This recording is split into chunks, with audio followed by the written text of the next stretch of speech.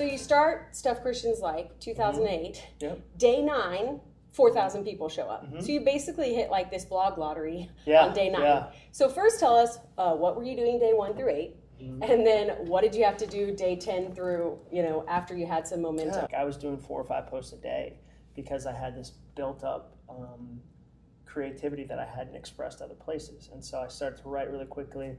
All I did, it wasn't a marketing win in that I sent it to 100 friends. And then by day 9, people were sending it to me, not knowing I had written it. And so, yeah, it was there's a couple things I'll never be able to teach, like how to slowly grow a blog. I won't be able to teach that because I had this awesome moment. It'd be like somebody really tall would have a hard time teaching rebounding in basketball. Yeah. You're 7 feet tall. The best wisdom won't make me not 5'8". Right. And so that was kind of the start of it, and then it just took off. And then I was really deliberate about maintaining, but the first 9 days, I can't take credit for that.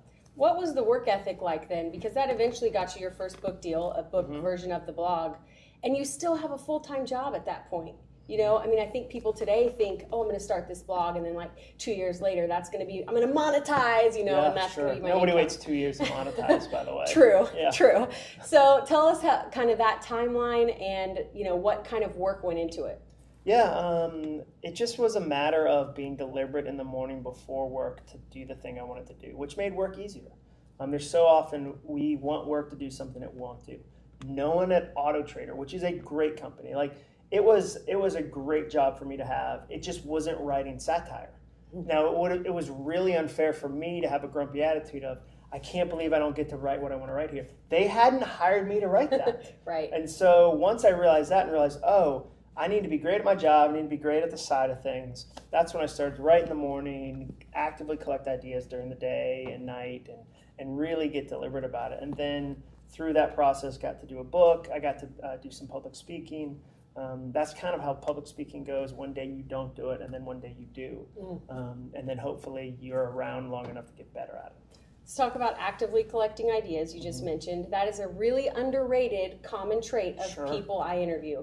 That a lot of people watching you guys aren't valuing your ideas. So talk about, were you carrying a notebook around, or what was your process? It was both. At the time, this is before smartphones.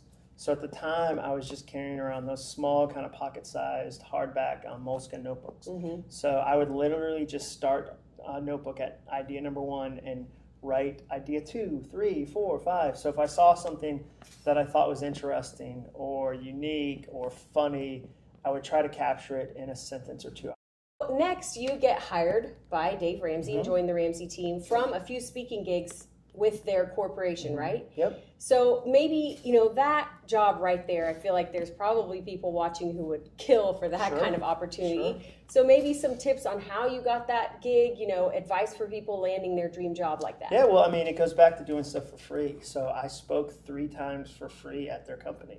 And there was a part of me, and I tell this story in one of my books, where I was like, am I supposed to charge him? He's a money guy. Is this he won't respect me if I don't ask, or they won't value? Because there are situations where the more you charge, the better you're treated, or the more you're charged, the more you're seen as an expert.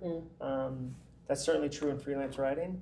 But so I took the risk of going, I'm going to drive up from Atlanta 3 times, find my own transportation, do all this in the hope of something turning out into something bigger. And so I'd say the first thing is you have to be willing to do the trade-offs for hopefully the long-term payout. And when you get there, you have to be able to deliver. So it starts to feel inauthentic, and you decide to depart. I wanted to be a business author and a business speaker, and I wasn't running a business. So 5 years from now, would I want to have said, I spent the last half-decade as an employee, or I spent the last half-decade building my own business so that I can speak to businesses that are building businesses? Then you're there, out on your own in the wilderness, and you said that Jenny drug a fat, depressed Jon Acuff to Penguin. Yeah. How did you get your mojo back? That was a huge life change, which is part of what Do-Over is about. Sure. But what do you think helped you bounce back? I just think time. There's so often we want, especially if you're a verbal extrovert kind of person, we want to reflect on a change while we're still in it. we're trying to paint the picture of the shipwreck while we're still in the water. You mentioned, that you learned so much there. Let's maybe just touch on the PhD you got in brand building. What are some mistakes people are making? And now you're on your own building your brand. What are people, maybe your best tip to do, to not do? They're rushing ideas to market before they're ready. They're confusing the ease of getting an idea online with the need to do it that second. So just because it's easy to sell a class doesn't mean you're ready to sell a class.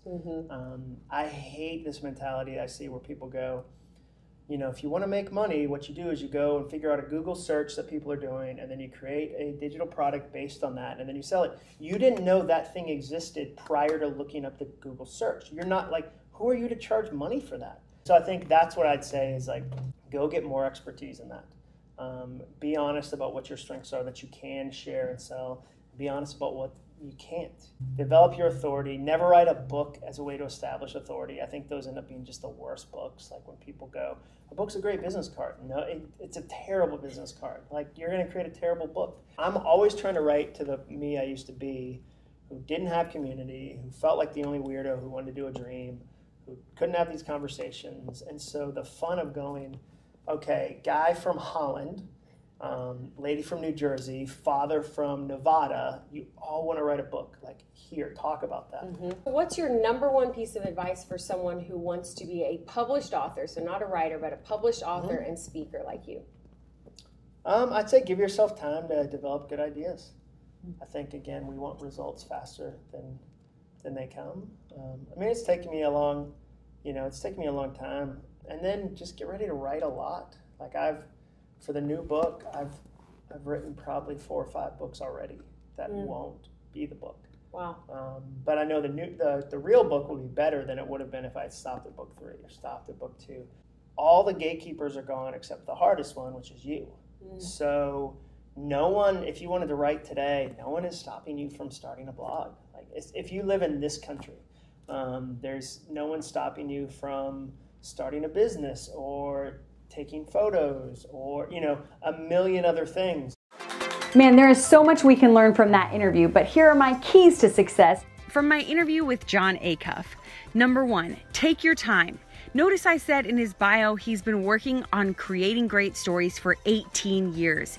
He says there's no eureka moments and you need to give yourself time to come up with great ideas. Number 2, share your experiences. But maybe I should say that share your experiences.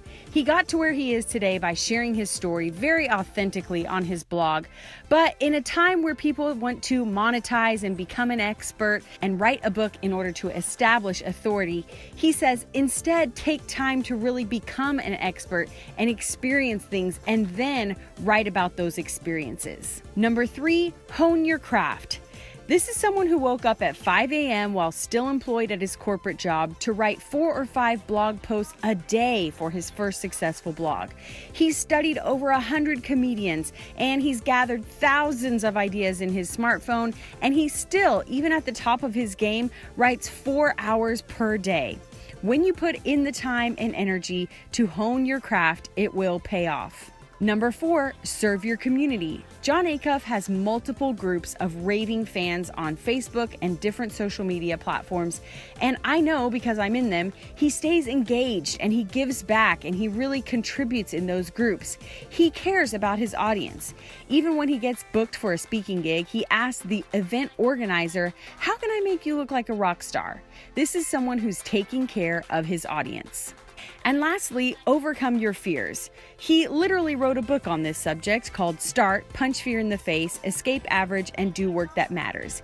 He does not want you to stay stuck in a life you don't love. And he says there's no better time than now. The gatekeepers are gone. The only one keeping you from going after your dreams is you. For more inspiring articles and videos, go to success.com. And to see my full interview with Jon Acuff, go to thepursuit.tv.